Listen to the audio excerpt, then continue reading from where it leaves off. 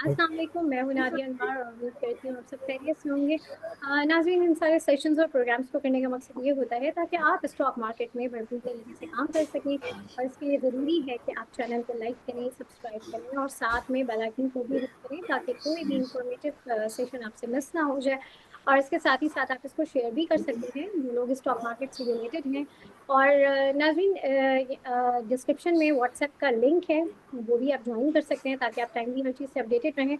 और अगर आप हमारे लाइव सेशंस का हिस्सा बनना चाहते हैं तो वो भी आप जो है लिंक ज्वाइन करके जो है वो कर सकते हैं। और यहाँ पर आज हमारे साथ जो है जो गेस्ट मौजूद हैं उनके हवाले से मैं बताती चलूँ। जी मुर्शिद मलिक साहब आज हमारे साथ मौजूद हैं जो कि सीनियर रिसर्च एनालिस्ट हैं टॉप लाइन सिक्योरिटीज़ में। और जो है उनसे हम बात करेंगे, तो सबसे पहले उन्हें वेलकम करते हैं। अस्सलाम वालेकुम सर। वालेकुम सलाम। कैसे हैं सर आप? मैं ठीक, आप बताएं। अल्हम्दुलिल्लाह सर। सर सबसे पहले तो जो है कोई भी बात शुरू करने से पहले मैं जो है कोर्स के हवाले से जो है मैं चाहूँगी डिस्कस करना कि एक शॉर्ट जो है ब्रीफ आप जो है कोर्स के हवाले से दे दें। जो कोर्स जो है जो अपकमिंग मंथ इंशाल्लाह शुरू होने वाला है तो उसमें क्या चीज़ें होंगी। तो बस 2 मिनट में जो है इसको आप कोर्स को ज़रा सा डिफाइन कर दें जो लोग इंटरेस्टेड हैं।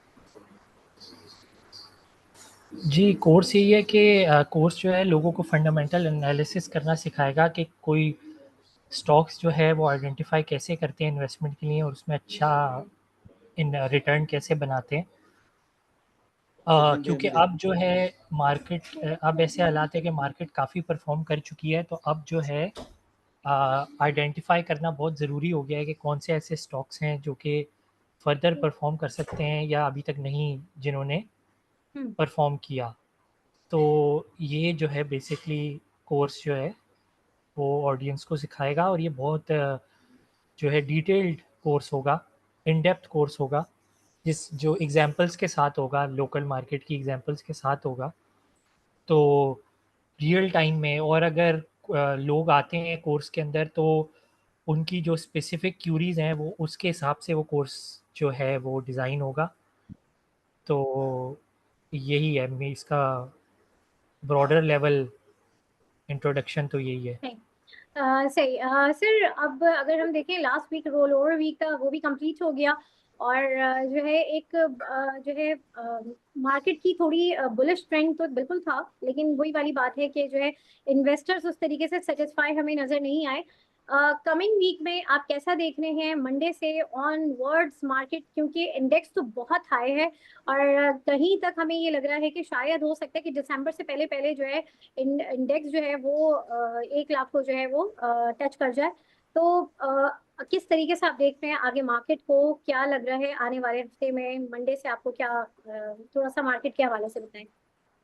जी, लग तो बिल्कुल ऐसा ही रहा है, लग तो बिल्कुल ऐसा ही रहा है कि मार्केट जो है वो 1 लाख क्रॉस करके दिसंबर तक ही, और 1 लाख क्रॉस करके 1 लाख 5, 1 लाख 6 सर आपकी आवाज। के लेवल पे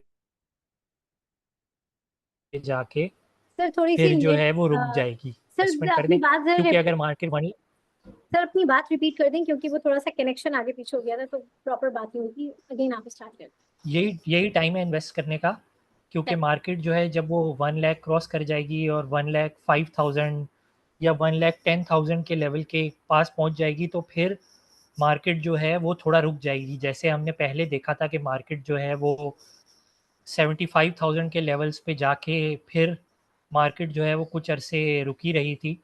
तो इसी तरह से मार्केट जो है 1 लाख क्रॉस करके 1 लाख 5,000 की रेंज में जाके फिर रुक जाएगी। तो जो है अगर किसी ने जो है वो पैसे बनाने हैं और इन्वेस्ट करना है तो यही टाइम है, इन्वेस्ट करे और उस लेवल पे जाके अगर प्रॉफिट टेकिंग करनी भी है तो उस लेवल पे जाके प्रॉफिट टेकिंग करे और उससे पहले जो है इन्वेस्टेड रहे, और कुछ जो है वो अच्छे स्टॉक सेलेक्ट कर लें और उनको लंबा होल्ड करें। सही। अच्छा, यहाँ पे मोहम्मद तारिक से सामने सवाल किया है। सर आप अपना सवाल कीजिए प्लीज।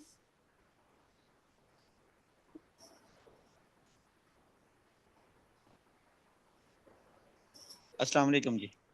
सर जी मैंने सर। असल में गैल के बारे में और डेल के बारे में मैंने सर पूछना था कि क्योंकि गैल का रिजल्ट भी अच्छा है, अदर उसकी जो अर्निंग है उन्होंने वो भी काफ़ी अच्छी उन्होंने वो शो की है। तो इस वक्त 231 पे ये जो है ना ट्रेड हो रहा है।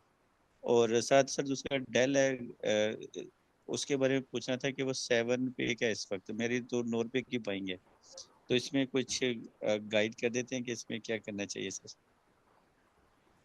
ये दोनों ही इस वक्त के एनवायरनमेंट में चलती हुई मार्केट में दोनों ही जो है वो अच्छे स्टॉक्स ही हैं, क्योंकि एक ऑटो सेक्टर का स्टॉक है और जैसे जैसे पॉलिसी रेट नीचे आएगा तो ऑटो सेक्टर फर्दर परफॉर्म करेगा। तो बाकी ये कि इक्विटीज़ का स्टॉक है, अगर ब्रोकरेज का स्टॉक है तो जाहिर है कि जैसे जैसे मार्केट में वॉल्यूम्स बढ़ते जाएंगे और मार्केट में ट्रेडिंग बढ़ती जाएगी स्टॉक मार्केट में, तो जो है ये स्टॉक भी फर्दर परफॉर्म करेगा। तो आई थिंक होल्ड करने चाहिए दोनों स्टॉक्स। सर जज़ाकल्लाह सर, थैंक यू। सही। जी माजिद साहब, आप अपना सवाल कीजिए प्लीज।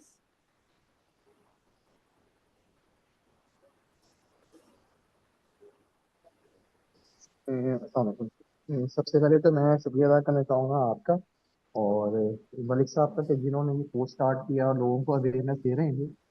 तो मेरा जो क्वेश्चन था वो ये था कि आईएलपी का सर रिजल्ट आया था इंटरलूप का 2 दिन पहले, तो उसका रिजल्ट इतना बेहतर नहीं आया, ईपीएस भी कम थी, तो उसको आप लॉन्ग टर्म में से कैसे देखते हैं? अगर आप काइंडली शेयर करना चाहेंगे तो।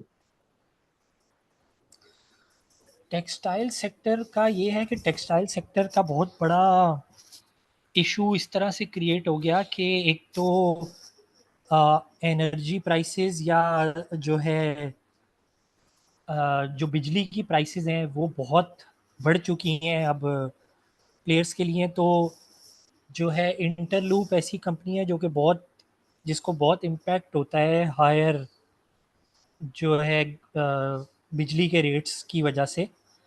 तो ये बिजली के रेट्स बढ़ जाने की वजह से और फिर उसके अलावा गवर्नमेंट हमारी जो है वो बहुत ही ज़्यादा सोशल वर्क पे बिलीव करती है। तो वो जो है मिनिमम वेजेस भी जो है वो बढ़ाती जाती है। तो ये बातें तो बहुत अच्छी लगती हैं, लेकिन ये इंटरलूप जैसी कंपनीज पे बहुत नेगेटिव इम्पैक्ट क्रिएट करती हैं कि बजाय इसके कि मार्केट डिटरमिन करे लोगों की सैलरीज या वेजेस, वो गवर्नमेंट मिनिमम वेजेस लगा देती है।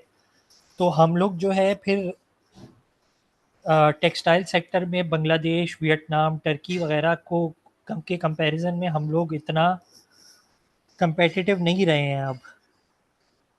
तो अ, और ये कि सर्टन सेगमेंट्स ग्रो कर रहे हैं, रेडीमेड वगैरह के सेगमेंट्स और ये सब ग्रो कर रहे हैं, लेकिन होजरी वगैरह में थोड़ा डिक्लाइन है। तो यही है कि जो है इसके लिए मार्जिन मेंटेन करना आगे भी मुश्किल रहेगा। हाँ ये हाँ हो सकता है कि गवर्नमेंट ये जो आईपीपीज़ के ख़िलाफ़ एफर्ट कर रही है और आईपीपीज़ में जो उनके टैरिफ्स और उससे रिलेटेड, तो उससे शायद फिर कुछ इम्पैक्ट आए। लेकिन अभी जो है नियर टर्म में तो थोड़ी डिफ़िकल्टीज इसकी लग रही हैं अगले कुछ क्वार्टर, लेकिन मे बी 1 साल बाद जाके चीज़ें इम्प्रूव हो सकती हैं अगर जो है बिजली के रेट्स नीचे आए या कम हुए तो।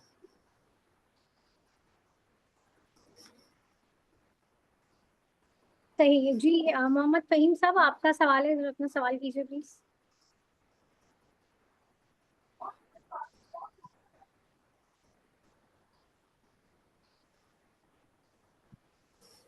जी फहीम साहब, आप अपना सवाल कीजिए।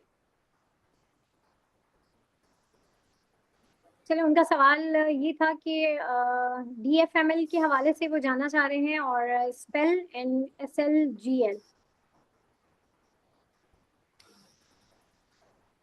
डीएफएमएल हम्म। जो है मैं कहता हूँ जो भी ऑटो स्टॉक्स हैं, स्पेल हो गया ऑटो पार्ट्स का स्टॉक है, डीएफएमएल हो गया, इन सब में पॉजिटिव डेवलपमेंट्स हो रही हैं। नए मॉडल्स आ रहे हैं, इलेक्ट्रिक व्हीकल, हाइब्रिड व्हीकल्स की तरफ जा रहे हैं।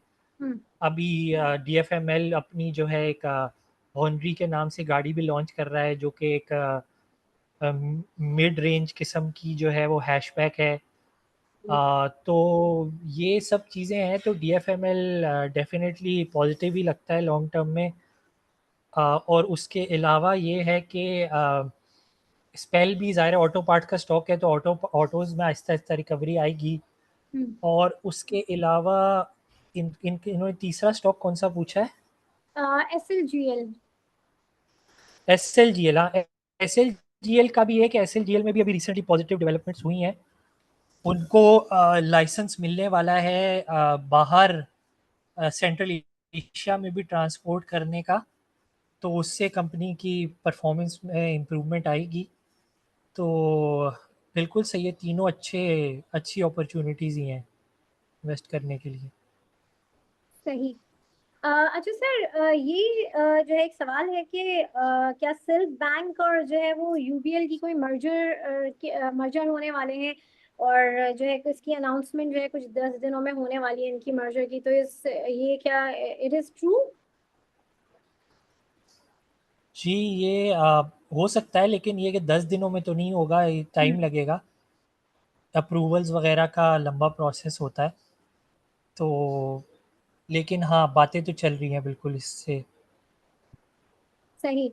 और सिर जैसे कॉसम जो है, इसको थोड़ा सा जो है ब्रीफ कर दें, क्योंकि ये भी सवाल आया था कॉसम के हवाले से, किसी ने पूछा था, तो थोड़ा सा इसको भी ब्रीफ कर दें।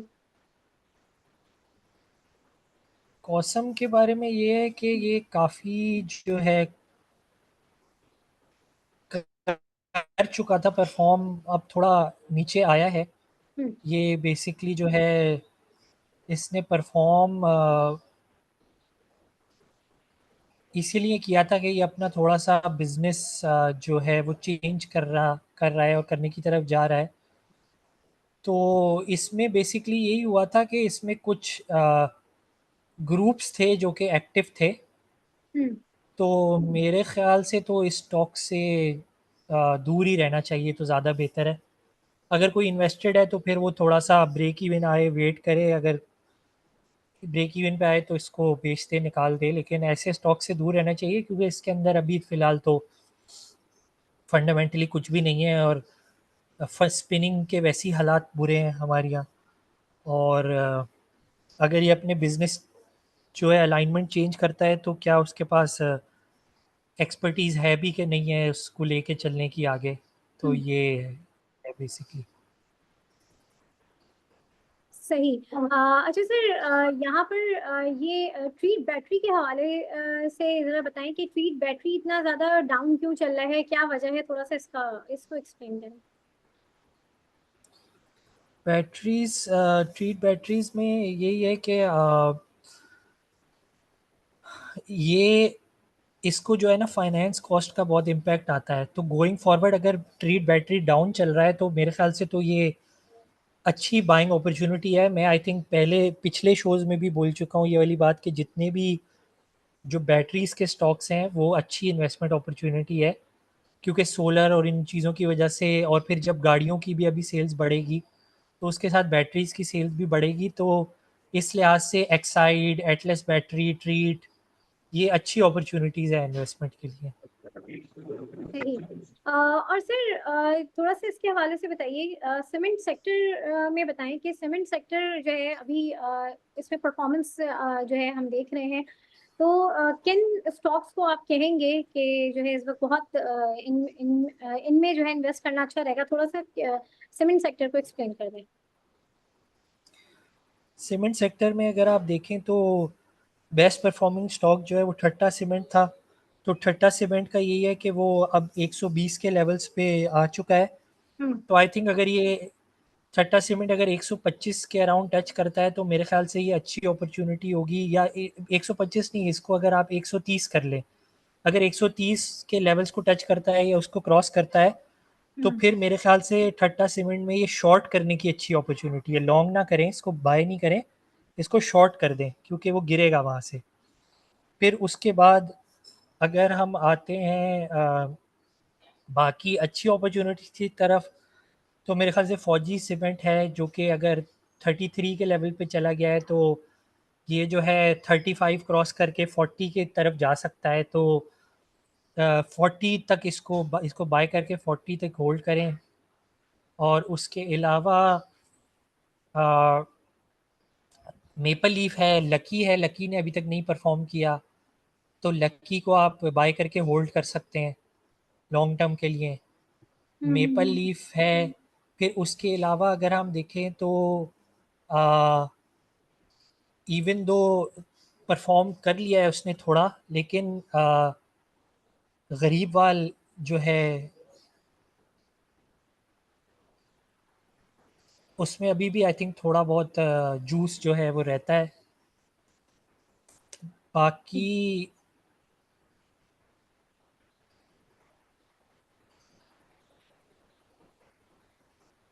सही।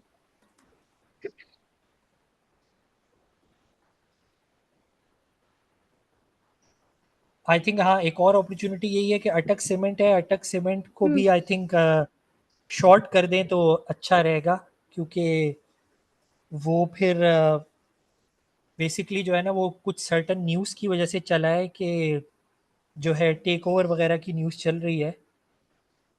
तो अटक सीमेंट को भी जो है, या अटक सीमेंट का ये है कि अटक सीमेंट जो है हो सकता है यहाँ से एक या दो और लॉक्स पे चला जाए, तो हम्म। बाय करके इसमें शॉर्ट टर्म ट्रेडिंग की जा सकती है अटक सीमेंट में।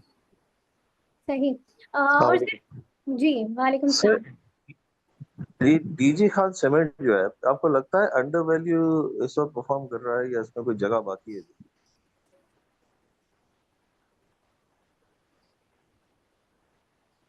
नहीं, डीजी का सीमेंट मुझे अंडर वैल्यूड तो बिल्कुल भी नहीं लग रहा। डीजी खान सीमेंट जो है वो मेरे ख्याल से ठीक है, और यहाँ से बाइंग तो नहीं समझ आती अटक cement, sorry DG Khan cement की। अच्छा, मतलब यहाँ से नीचे जा सकता है सर? जी नीचे जा सकता है, बाइंग तो नहीं।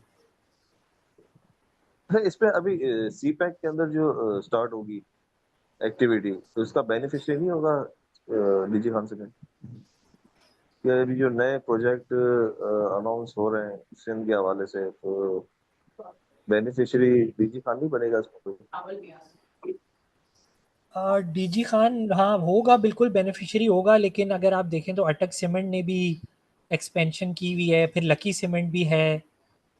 तो डिमांड पिकअप होने का हाँ बिल्कुल बेनिफिशियरी तो होगा, लेकिन वो डिमांड पिकअप के साथ भी DG Khan cement I think अब काफ़ी कर चुका है परफॉर्म। और फिर उसके अलावा जो पॉलिसी रेट डिक्लाइन होने की वजह से इसमें जो तेज़ी आई थी वो भी मोर और लेस प्राइस इन हो चुकी है। तो मेरे ख्याल से 90 वगैरह के लेवल पे अगर ये चला जाता है तो बस इतना काफ़ी है।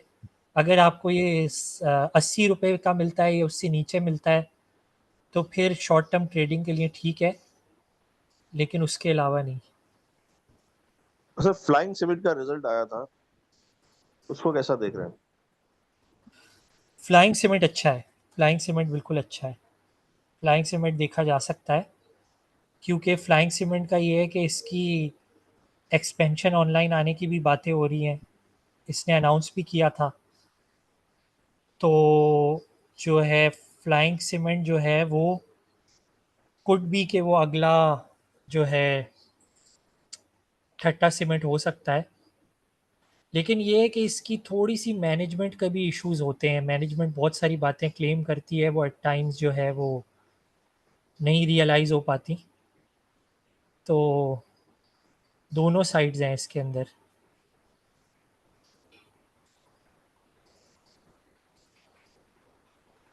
सही। सर, अब ये बताएं, मारी पेट्रोलियम के हवाले से थोड़ा सा फ्यूचर में ये कैसा रहेगा, थोड़ा सा इसके हवाले से बताएं। जी, ये ईएनपी के जितने भी स्टॉक्स हैं वो पहले भी हम लोग कर चुके हैं डिस्कस, और मैंने हम्म। बोला भी था कि जो है ये बिल्कुल अच्छी अपॉर्चुनिटीज़ हैं, मारी, ओजीडीसी, पीपीएल, क्योंकि इन सब के अगर आप देखें तो इनके जो रिसीवेबल्स वगैरह और लिक्विडिटी की पोजीशन है वो आहिस्ता आहिस्ता इम्प्रूव हो रही है। तो ओजीडीसी के भी रिसीवेबल्स काफ़ी इम्प्रूव हुए हैं, तकरीबन 100% प्लस उसके रिसीवेबल्स चले गए हैं। एक टाइम पे तो बहुत कम रेशियो होती थी। हम्म। इसी तरह से बाकी भी ओजीडीसीएल, पीपीएल, मारी, अभी भी गैस प्राइसेस फर्दर बढ़ेंगी, क्योंकि वो आईएमएफ की कंडीशन है।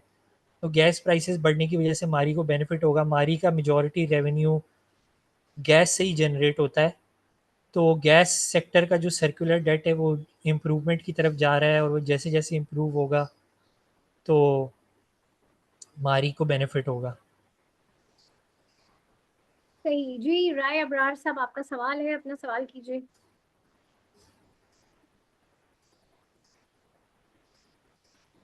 जी राय अबरार साहब, अपना सवाल कीजिए प्लीज। इन्होंने कुछ शॉर्ट टर्म और लॉन्ग टर्म के हवाले से पूछा है, और ऑटो सेक्टर में कौन से बेस्ट है इस वक्त। अच्छा, ऑटो सेक्टर के हवाले से उन्होंने पूछा है कि इस वक्त कौन सा स्टॉक जो है वो बेस्ट है, लॉन्ग टर्म शॉर्ट टर्म दोनों के हवाले से। ये हम लोग बात कर चुके हैं इनके बारे में। ये जो है DFML हम्म। और साजगार इंजीनियरिंग, इनको देखा जा सकता है। बाकी फिर अगर हम PSMC को देखें तो PSMC तो ऑब्वियसली वो डीलिस्टिंग की तरफ जो है जा रहा है। और I think Indus Motors Indu को भी देखा जा सकता है, क्योंकि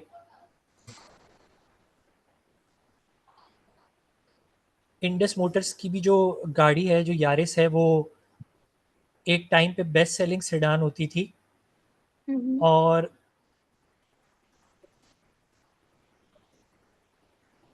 अगर हम इंडस मोटर्स को देखें तो वो अपना पीक जो 17-18 का पीक था, तो उस पे बहुत हाई मार्केट कैप हिट किया था उसने एक टाइम पे। तो इस लिहाज से आई थिंक इंडस मोटर्स भी अच्छा ऑप्शन होगा। इंडस मोटर्स, हम्म। दीवान फारूक और साजगार, ये तीन। और ऑटो पार्ट्स वगैरह में भी देखे जा सकते हैं, स्पेल हम्म। और थल लिमिटेड, जो कि इंडस मोटर्स की कंपनी है, तो थल लिमिटेड भी देखा जा सकता है। सही। तो सही है, ATRL के अंदर कोई न्यूज है क्या? ATRL में जो है वो सऊदी इन्वेस्टमेंट की न्यूज़ थी, लेकिन वो कंपनी वालों ने मना कर दिया है कि ऐसा कुछ नहीं है।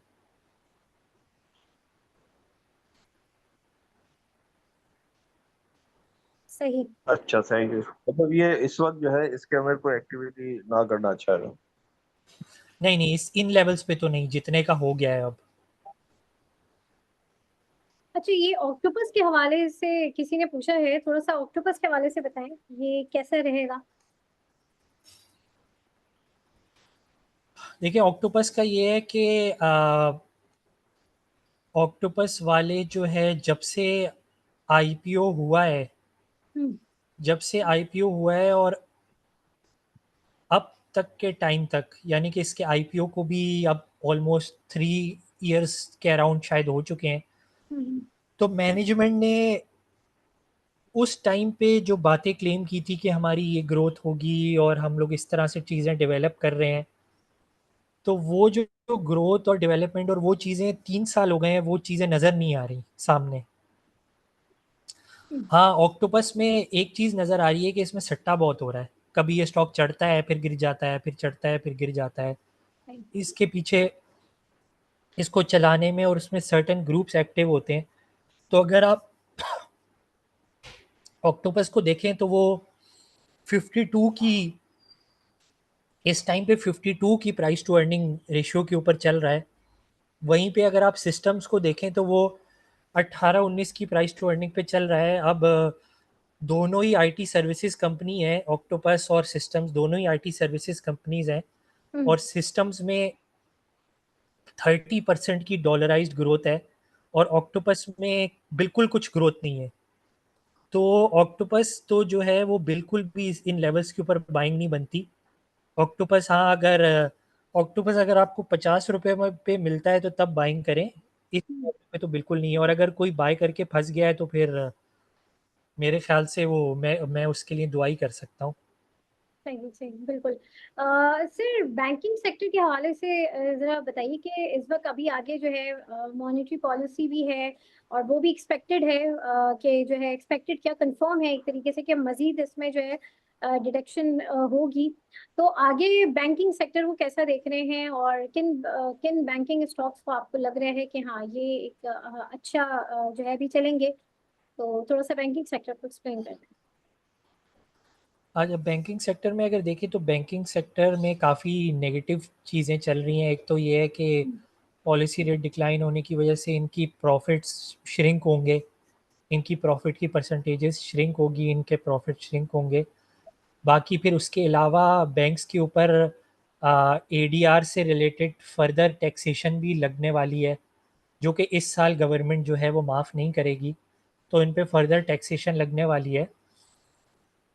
और उसके अलावा अगर हम देखें तो एक और न्यूज़ ये भी चल रही थी कि पार्लियामेंट में अप्रूवल की तरफ चीज़ें जा रही हैं कि बाय 2028 या 2029 जो है वो अ, इस्लामिक में कन्वर्ट होना है सारे बैंक्स ने। तो अगर उस लिहाज से हम देखें तो आई थिंक जो है फैसल बैंक टाइप एक स्टॉक बैंक जो है वो लॉन्ग टर्म के लिए अच्छा है। उसके अलावा तो ये है कि सारे बैंक्स जो है वो नुकसान में ही रहेंगे। हाँ, और फिर ये भी बात है कि अगर बाय 2028 या 2029 सारे बैंक्स ही इस्लामिक में कन्वर्ट हो जाएंगे, तो फिर जो मीज़ान जैसे बैंक को जो एडवांटेज था वो एडवांटेज ख़त्म हो जाएगा। तो मीज़ान की जो हाई वैल्यूएशंस चल रही हैं, जो हाई मल्टीपल्स चल रहे हैं, और जो वो एक उसको इस्लामिक के टैग की वजह से थोड़ा सा प्रीमियम मिलता है, वो फिर एक यूनिक चीज़ नहीं रहेगी, फिर सारे बैंक्स ही इस्लामिक होंगे। तो सही। इस लिहाज से फिर जो है अ, थोड़ा सा नेगेटिविटी है बैंक्स में। लेकिन ऑब्वियसली बैंक्स, कुछ ऐसे बैंक्स हैं जो कि रेगुलर डिविडेंड देते हैं, तो अगर कोई इंसान सेफ इन्वेस्टमेंट करना चाहता है और एक डिविडेंड के पॉइंट ऑफ व्यू से देखना चाहता है, तो बिल्कुल ये यूबीएल, एमसीबी बैंक, हम्म। मीज़ान बैंक, हम्म। बैंक अल-फलाह, और अब जो है ये छोटे बैंक्स भी एच या मिड साइज़ बैंक भी एचएमबी वगैरह और हबीब मेट्रो वगैरह, ये भी जो है दे रहे हैं, अब डिविडेंड दे रहे हैं। जी। तो अगर आगे एक सेफ इन्वेस्टमेंट करनी है तो बिल्कुल सही है, लेकिन हाँ, थोड़ी नेगेटिविटीज़ हैं बैंक्स में। सही। सर, FNEL को थोड़ा सा जो है एक्सप्लेन कर दें, किसी ने सवाल पूछा था। FNEL। FNEL जी।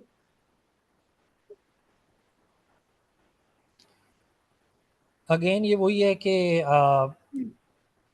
ब्रोकरेज हाउस टाइप स्टॉक है, इक्विटी से रिलेटेड स्टॉक है। ओके। तो अ, बिल्कुल जो है ये इसकी परफॉर्मेंस में इम्प्रूवमेंट आएगी जैसे जैसे मार्केट फर्दर परफॉर्म करती है। तो हम्म। सही। अभी तो आई थिंक ये लॉस में है। आगे फर्दर क्या है? प्रॉफिट फर्दर इम्प्रूवमेंट आ सकती है बिल्कुल। हम्म। ओके। सही। अच्छा सर, अब जरा से बताइए कि मंडे को आप किस तरीके से मार्केट को देख रहे हैं? क्या मार्केट का ट्रेंड होगा? क्या इन्वेस्टर्स को आपका जो है एक ये सजेशन होगा? और उसके साथ ही साथ टॉपिक्स भी आप बता दें। मार्केट का यही है कि मार्केट जो है वो बिल्कुल 90,000 के लेवल को क्रॉस कर जाएगी। मार्केट में पॉजिटिविटी ही रहेगी। सही। और जो है जहाँ तक टॉप पिक्स का ताल्लुक है तो मेरी एक टॉप पिक जो है वो गनी ग्लास लिमिटेड होगी, GHGL। अच्छा। बाकी तो बहुत सारी टॉप पिक्स मैं शोज़ में दे ही चुका हूँ। हम्म। अगर आप लोग को याद होगा तो मैंने PSO का जो है वो दिया था कि वो जो है 160 से आ, जो है वो अब 225 तक चला गया है। तो PSO एक मैंने टॉप पिक दी थी।